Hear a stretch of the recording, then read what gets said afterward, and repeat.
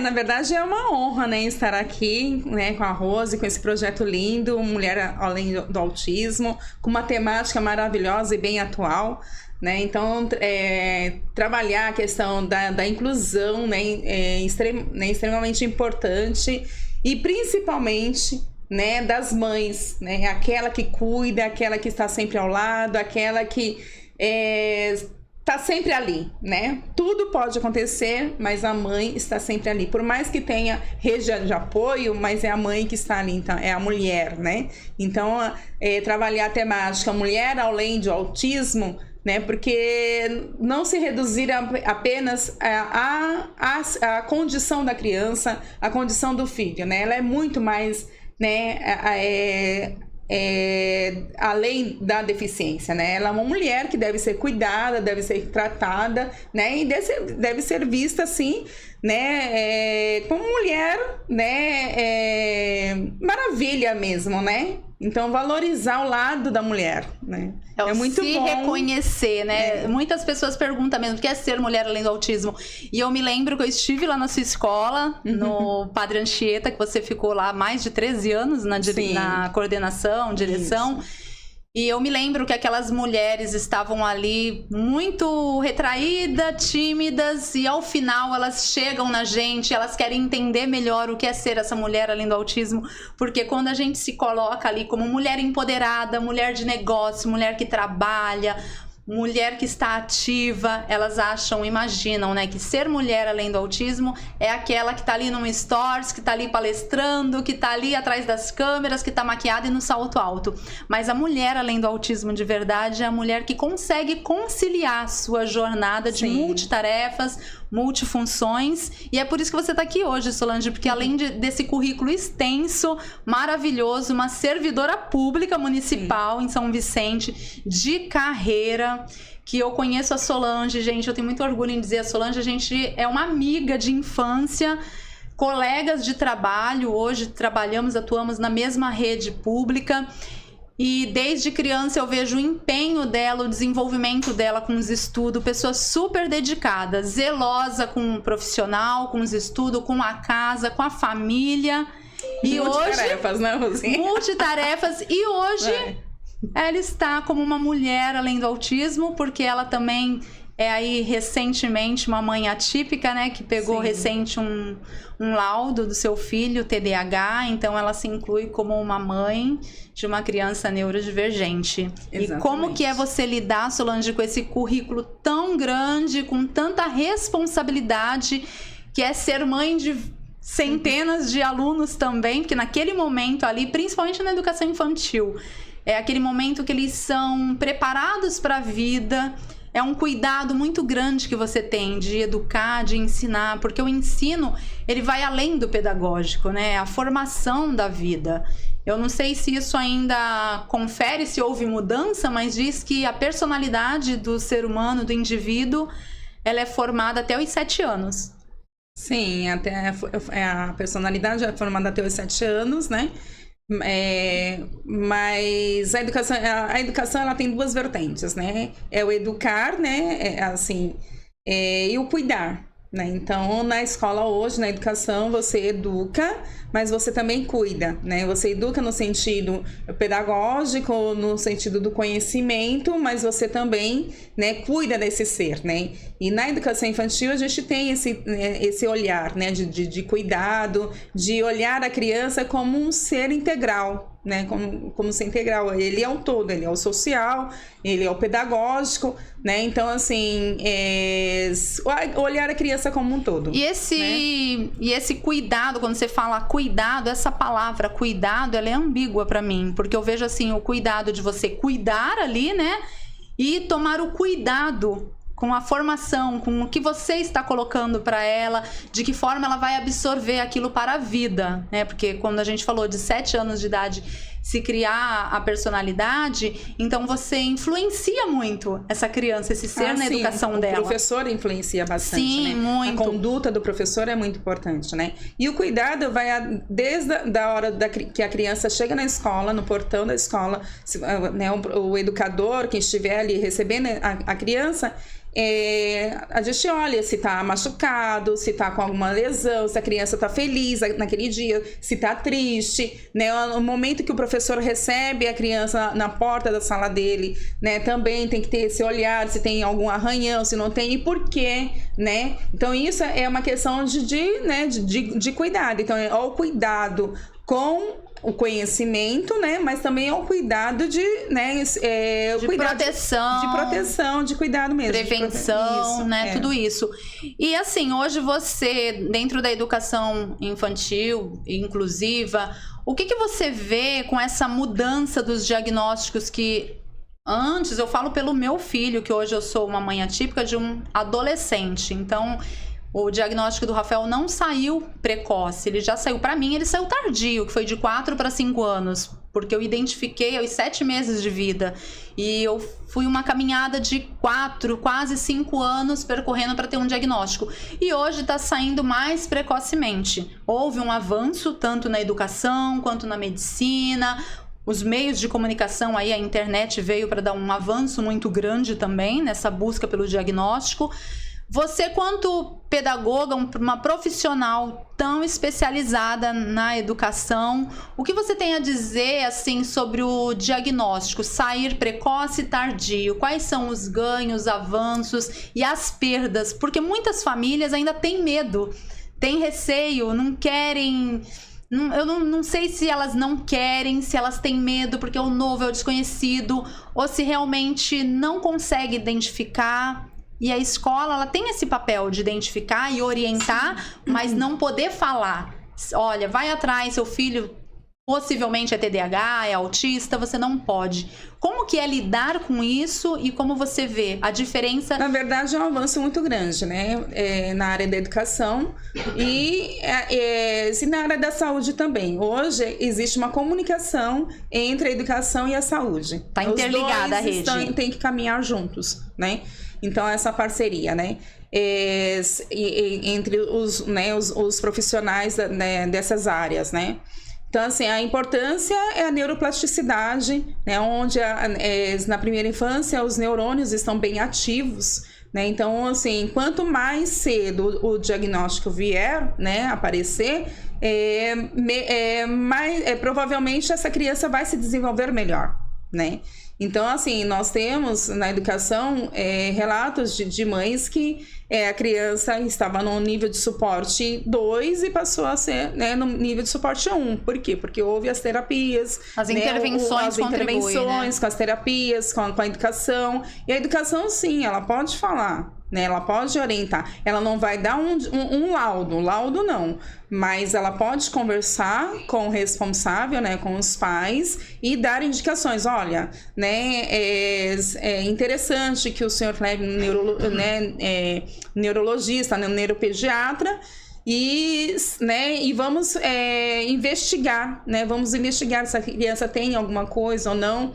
Eu sei que, assim, é muito difícil, né, para uma mãe, né? Eu sou mãe atípica e por mais que eu estivesse, assim, na área da educação há muitos anos, né, estudando há muitos anos, né, envolvida com esse assunto, mas quando é nosso filho, né, a gente sente. Eu recebi o laudo do meu filho no dia 8 de março, né, de 2024, no Dia da Mulher. No dia 9 de março, né, foi o meu aniversário. Então, assim, o dia 9 de março, para mim, naquele ano, eu fiquei na cama o dia inteiro e chorando o dia inteiro, porque para mim, assim, o diagnóstico, por mais que eu fosse atrás, né, e observei bem, né, o desenvolvimento dele, e eu percebia que havia algo, assim, diferente, né, que não seria um TEA, né, um transtorno do espectro autista, mas alguma coisa estava ali fora, né? Tinha sinais para identificar, isso, né, características. né? Então, assim, para mim também foi muito difícil o diagnóstico, porque quando eu cheguei, eu levei em 3 neurologistas, e quando eu cheguei no Dr. Gustavo, o Dr. Gustavo olhou e falou assim, mãe, ele é TDAH, mas eu não posso dar um laudo agora por conta de uma legislação, né? Então, assim, hoje se tem 2 vertentes aí, né? Querendo, sim, que o TDAH tenha um laudo de deficiência, porque no Brasil o TDAH não é deficiente, não é considerado deficiente, e sim, em Portugal já é, né? Então, existe um trâmite aí de legislação no Congresso para ser aprovada essa lei e para que o TDAH tenha os mesmos direitos que o TEA, porque eles não têm o mesmo direito justamente por conta de E uma o que você vê, assim, você interna. conhece os direitos dentro da educação, porque vocês fazem encaminhamentos, tem uma Sim. rede articulada. Isso. Hoje você vê que essa rede melhorou, é uma questão de gestão. Qual o avanço que você vê na educação hoje com essa articulação de rede? E sobre você hoje ter um laudo de TDAH e não se incluir como, nos direitos como TEA, você tem a possibilidade ainda de ter um plano de saúde, você está empregada, é servidora pública com estabilidade, mas muitas mães dentro, né, dessa questão da vulnerabilidade social que a gente lida, né, com mães, com famílias de comunidade, a gente sabe que sofre muito por faltar alguns direitos, que a gente sabe que por mais que houve avanço, ainda tem muito para se avançar. E você não dependendo hoje mesmo desses direitos, mas conhecendo quais são, o que você acha que diferencia, que dificulta mais para uma família o direito que tem o TEA e não ter o TDAH? O que você vê assim de dificuldade? Poxa, por não ter esse direito, as mães sofrem consequências, as mães precisam desse direito para quê?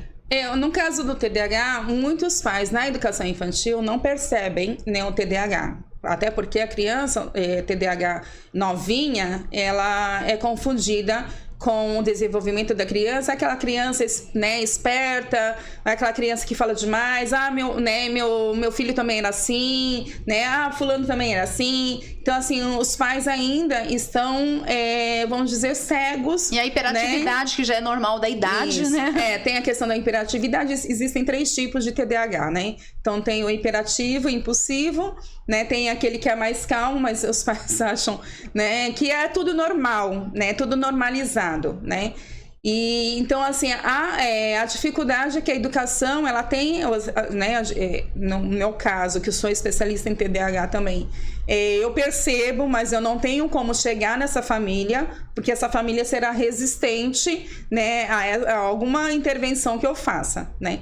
Foi um dos motivos para eu ingressar agora no ensino fundamental, foi exatamente isso, acompanhar as crianças do ensino fundamental, porque aí, assim, a demanda é maior, né? Onde vai o TEA, vai ter como comorbidade o TDAH, né? Onde eu vou conseguir enxergar e trabalhar melhor com uma criança TDAH, que nem meu filho, é um TDAH puro, né? Ele não tem comorbidades. Então, assim, no ensino fundamental, com a legislação, eu vou conseguir atuar melhor, né? Então, um dos motivos para eu sair da educação infantil e ingressar no ensino fundamental é por conta das demandas e, sobretudo, ajudar essas famílias, ou tentar ajudar essas famílias que tem a questão social precária, né? Existe a vulnerabilidade, então, né? Nessa questão precária e vulnerabilidade, o que você sente trabalhando diretamente com as famílias, né, que são bem envolvidas com a escola? Você consegue fazer isso, Solange? Isso é um diferencial muito grande, que eu parabenizo você e quero aqui enfatizar as pessoas, né, que você faz um trabalho diferenciado, porque você tem uma dedicação realmente exclusiva com a sua escola, com seus alunos, com os familiares.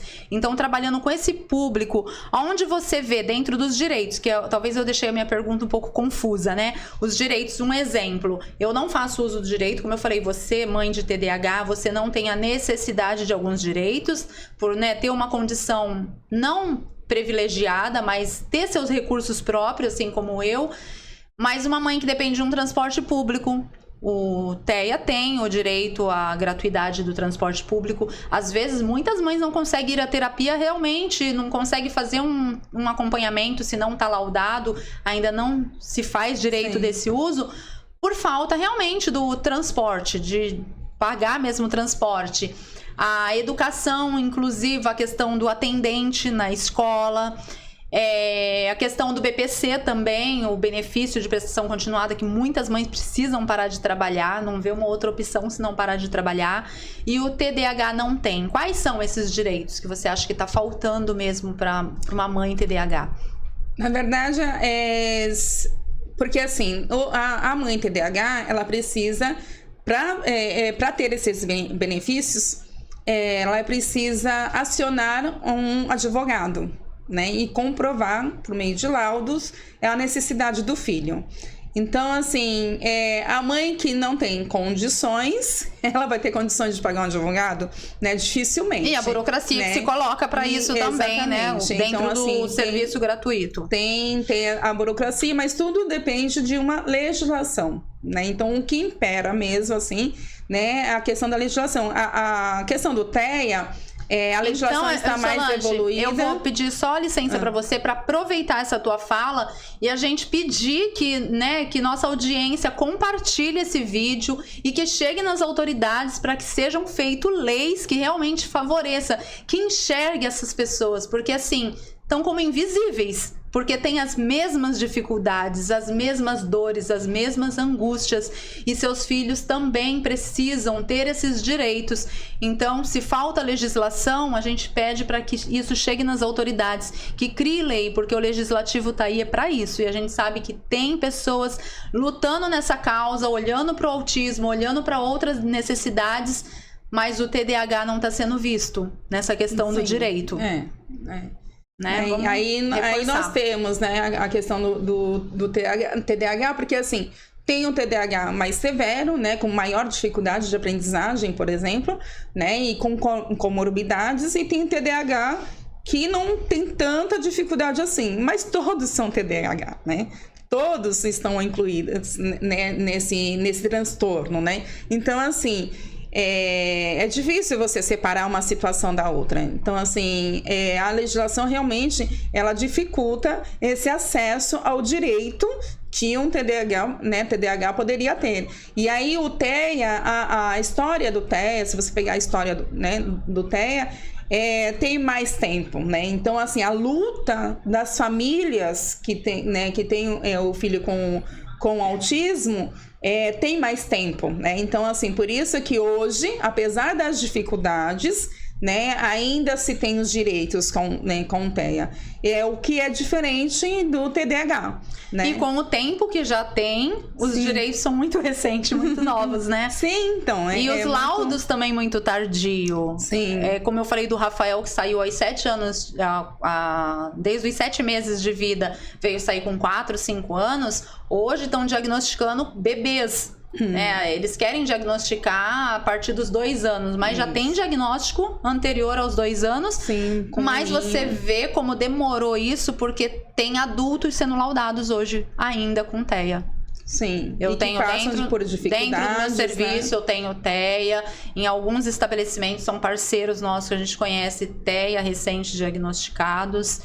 Então... E que nem conseguem, sem o laudo, né, sem as intervenções, as terapias, a pessoa em si, ela não consegue se encontrar, né? Existe uma dificuldade interna.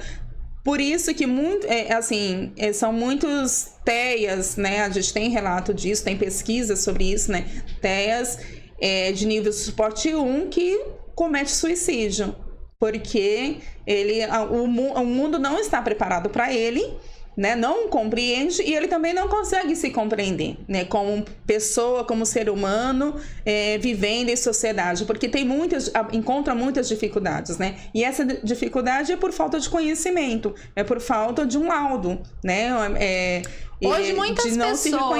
Hoje muitas pessoas já adultas que sofrem depressão, que realmente, né, enfim, cometeram suicídio, muitas vezes foi o que sofreram lá atrás, o dito Exatamente. bullying, porque não tinha um laudo, não foi Principalmente na diagnosticado, primeira não foi infância. compreendido, não foi trabalhado. E essa Não. questão do TEA, né, não é tão diferente com o TDAH.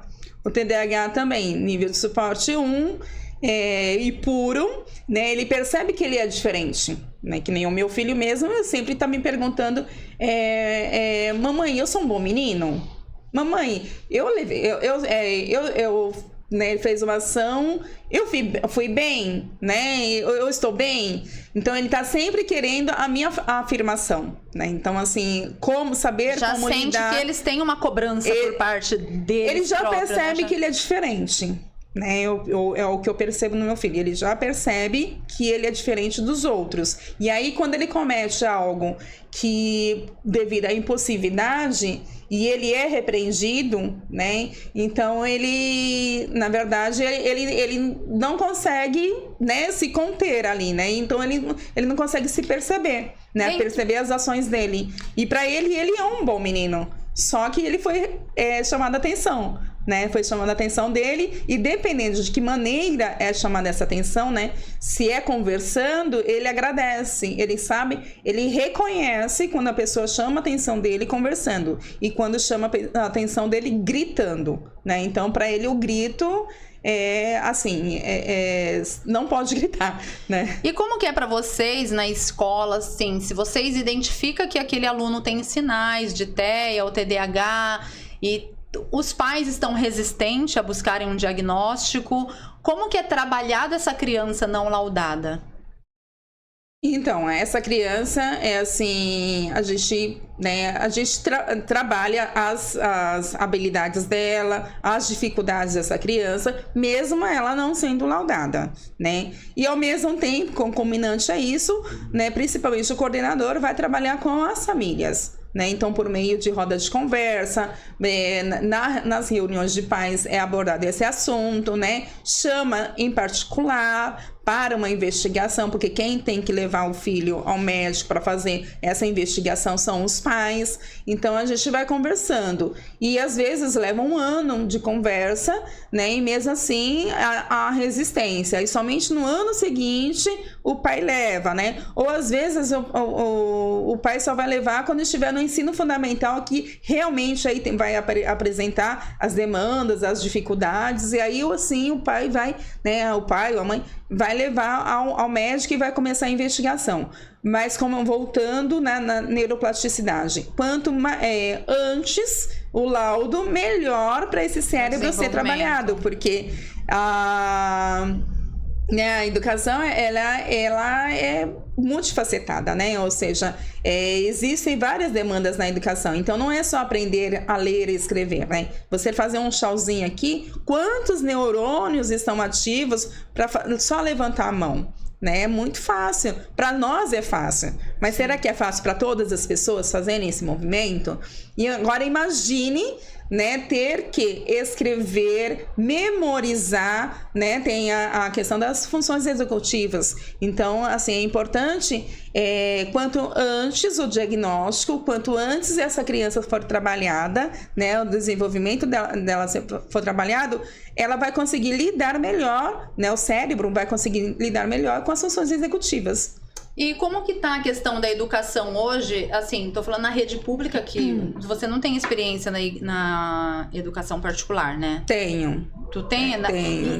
Então vou mudar minha pergunta aqui, né? Vamos formular de outra maneira. Porque eu ia perguntar como que funciona a questão do atendente, e eu não sei se tem alguma comparação com a escola particular.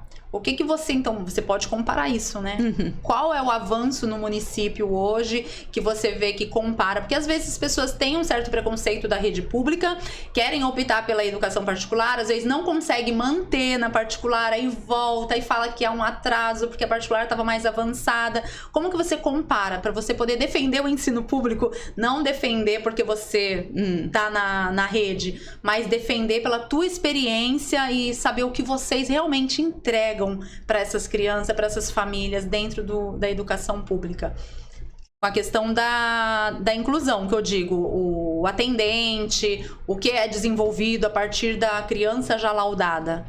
A gente já começa pelo professor, né? O olhar do professor, esse olhar atento do professor, né? Então, o professor deve estar preparado para isso, né? E para isso tem formação, né? São Vicente trabalha com a formação do professor. Então, assim, o professor deve estar, né, atento a essas questões, né? A essas diferenças, né? E aí o atendente entra mais como um apoio do professor e do aluno, né? E isso está trabalhando igual a particular com a rede pública de São Vicente hoje? Eu tô falando pelo público primeiro, né? Então, assim, temos muito que avançar, mas já avançamos bastante, né? Mas porque, assim, as demandas são maiores, né? Então, assim, apesar de termos muito que avançar, o olhar do professor já é diferente, a formação, nós temos formação de professores, temos formação dos atendentes, né? O contingente do atendente é maior, não digo que seja o suficiente, né? É o ideal, não é o ideal. Mas, assim, tem essa, né? É maior. Agora, o particular, né? Particular depende muito de cada instituição, né? Tem instituição que tem ali o auxiliar, né? Para ajudar a criança, para ajudar o professor, mas tem instituição que ainda falta, né? E a questão também da formação desses auxiliares. Eu acredito que a rede pública, na formação dos auxiliares, esteja melhor, né? Apesar das dificuldades, esteja melhor, bem, né? Mais estruturado, mais avançado, do que na rede particular, né? A rede particular ainda precisa, né, trabalhar bastante com a questão da inclusão e especialmente com os auxiliares. E o desenvolvimento pedagógico, que a gente falou do avanço na questão da capacitação profissional, né? Sim. Qualificar os profissionais, estão preparados. E você também, quando eu percebi na tua fala, né, que a gente está falando numa questão de gestão, de avanço, sim, de investimento para a educação nos profissionais. Mas você também está vendo isso por parte dos próprios profissionais, um interesse maior, sim, né? Sim. De crescer, de se qualificar, de se inteirar, de estarem melhor preparados, né? E quando a gente fala na questão do ensino, a parte pedagógica mesmo, há um avanço, um bom desenvolvimento, ficou para trás aquele negócio de que da escola pública está mais atrasado, não consegue acompanhar, ou chega numa universidade, passa a ver na faculdade aquilo que nunca viu na escola, e quem veio do particular já consegue ter uma compreensão melhor. Isso mudou? Na verdade, a educação é muito complexa, né? Então, assim, depende muito, né, do profissional que está ali diretamente com o aluno, dos gestores, né, com esse aluno, com esse olhar, seja na inclusão ou na parte pedagógica, do próprio profissional e também do aluno, né? Tem aluno que, né, não tem interesse. Vai ter interesse para outras áreas, para outros afazeres, mas a parte acadêmica não tem interesse. E aí, dependendo da cultura familiar e dos valores que essa família carrega, ela vai, né, assim, sentir um pouco mais, ou vai cobrar um pouco mais desse aluno a questão acadêmica, ou a questão do trabalho mesmo. Porque tem muito, assim, eu sempre digo que o mais interessante é você ser feliz. Eu acho que nós estamos aqui no mundo, né, para ser feliz. Então, independente se você será um comerciante, se, né, a carreira o que você vai seguir, ou vai seguir a carreira acadêmica, isso é muito particular de cada um, né? E não desmerece um ou outro, né? Porque são as escolhas que o ser humano faz, né? Nós, quanto pais, damos suporte, mas o filho que tem que escolher, né? Então, assim, a educação, seja particular, ou nós temos muitas crianças, né, da rede pública que estão na ETEC, que estão no instituto, que acessaram uma universidade pública. Então, assim, a educação, né, seja ela particular ou, né, pública, ela na verdade vai bastante do interesse, né, e da questão socioeconômica também, né? E como você falou, né, também a questão cultural e de valores. Eu consigo fazer uma comparação, né, observando aqui tua fala. É uma comparação quando a gente fala de leis de trânsito, que é quando mexe no bolso, né? Quando veio a lei seca, houve uma redução, né, no índice de acidentes, de mortalidade nas estradas, porque as pessoas acabam respeitando um pouco mais, porque vai doer no bolso. E na educação da mesma forma, né? Muitas vezes os pais... Na escola particular também, às vezes, só tem recurso, né, financeiro, mas também não dá um bom suporte, um bom acompanhamento para o filho. Mas na maioria, a gente sabe que na maioria são quem, né, tem recursos mesmo financeiro, que acompanha, tá ali cobrando o filho, porque tá doendo no bolso também, né? Então, dói duas vezes, né?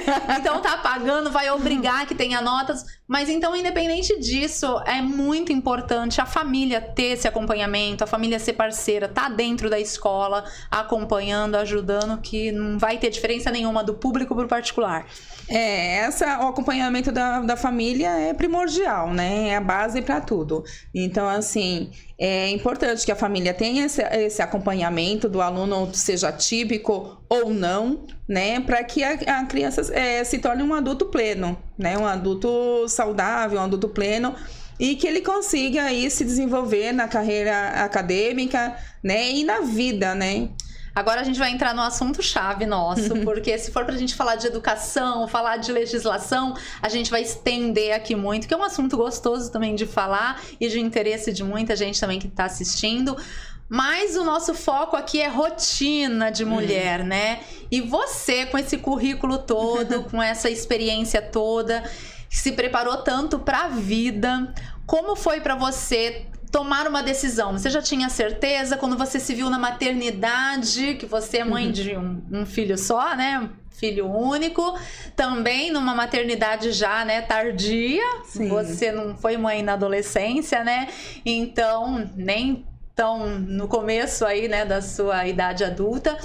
Mas você já trabalhava, já tinha uma carreira e você sabia o que você queria. Mas de repente se vê na maternidade, houve aquele medo, passou aquela dúvida em como conciliar o trabalho, minha rotina de vida com a minha rotina de mãe. Como foi essa decisão? Porque hoje é o que a gente discute aqui, porque muitas mulheres param a vida. E é por isso que a gente fala que tem que viver além, não só do autismo, mas além dos seus desafios, além das suas dificuldades, de suas limitações. Como foi para você continuar, ser a mulher além do autismo, trabalhando e vivendo a maternidade? Na verdade, assim, ser mãe era um sonho meu, né? Sempre foi, só que eu escolhi me preparar melhor para esse momento. E ser mãe é maravilhoso, né? O meu filho é aquele que Deus preparou para mim. Então, assim, seja ele típico ou atípico, eu amo, né? Foi um filho muito esperado, é um filho muito querido, amado, né? E foi planejado, né? O meu filho foi planejado.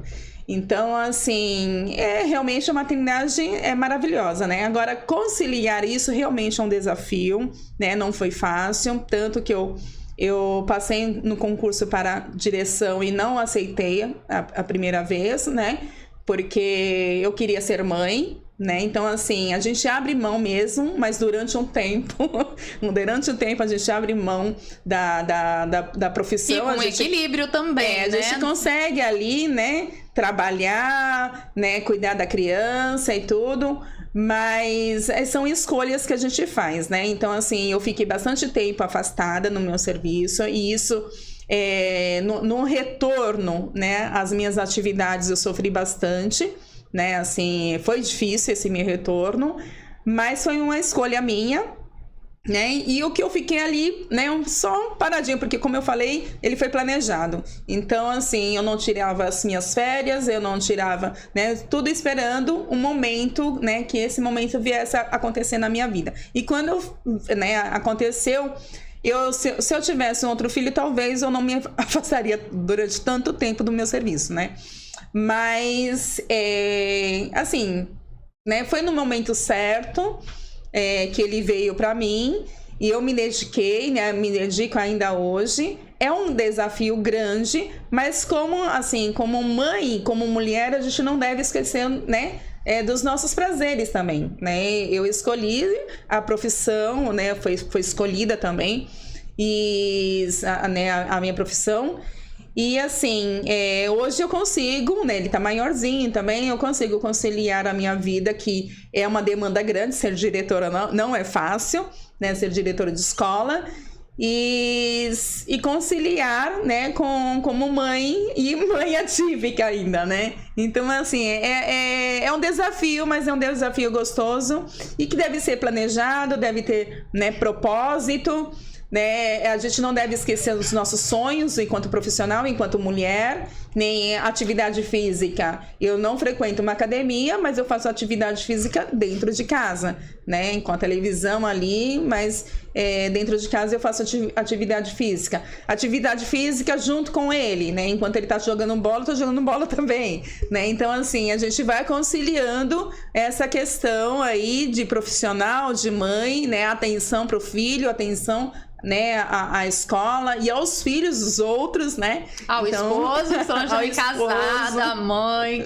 E assim, você optou pelo trabalho. E você falou também atrás que nós estamos nesse mundo para ser feliz, que o importante é ser feliz. E se o trabalho ele vem para nos completar, ele é um complemento para nossa vida, para nossa rotina, você consegue, trabalhando, sendo uma mulher realizada quanto profissional, você consegue transmitir essa felicidade para sua família também, para o seu filho, né? Sim, eles estão bem felizes, né, com meu novo cargo, meu esposo é um companheiro, me apoia, né? Então, assim, ele, né, é bem bacana, né? Porque nos momentos que eu precisei estudar para os concursos, me preparar, ele ficava com o bebê, né? Então, assim, nos momentos que eu preciso, né, também, assim, deixar, né, as demandas de mãe, eu deixo com ele, para viver a minha demanda de profissional. Então, realmente... delegar, né? Muitas mulheres não conseguem viver além do autismo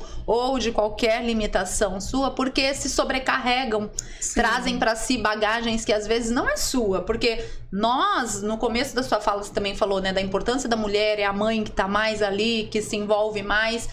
Só que a gente tem que aprender a delegar, porque é papel do pai, é muito importante, a rede de apoio, suporte, você tem que delegar, porque dentro de uma casa convive quantas pessoas? Na sua casa 3 pessoas, na minha casa 4 pessoas, e tem casa que são 10 pessoas, mas a mulher acaba sobrecarregando, trazendo bagagem, peso que não é dela.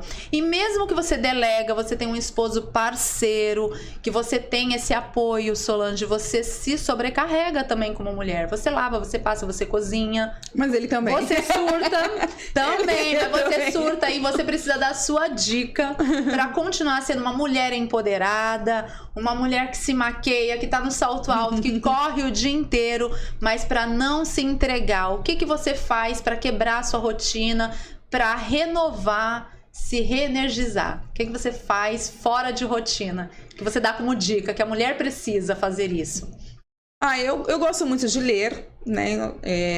Uma leitura, ou um passeio à praia, se juntar com as amigas, conversar, coisas, né, que não esteja ali...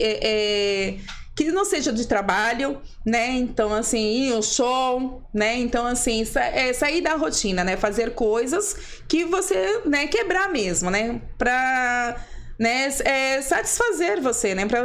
É um cuidado com você. A mulher deve se cuidar também, né? E isso não é egoísmo, isso é amor próprio, né? Então, assim, a mulher tem que ter esse olhar para ela. Se conhecer, viver com propósito, planejamento e disciplina. Gente, para encerrar, então, Solange, deixa suas considerações finais pra gente poder encerrar e servir o nosso bolo da Renata. Eu gostaria de agradecer pela oportunidade, né? É uma honra estar aqui e ajudar tantas outras famílias, né, com o meu relato. Espero ter ajudado, na verdade, né? Gostaria de agradecer também a Secretaria da Educação, o nome da secretária Michele Paraguai, porque hoje, né, esse ano a gente conseguiu, né, na rede,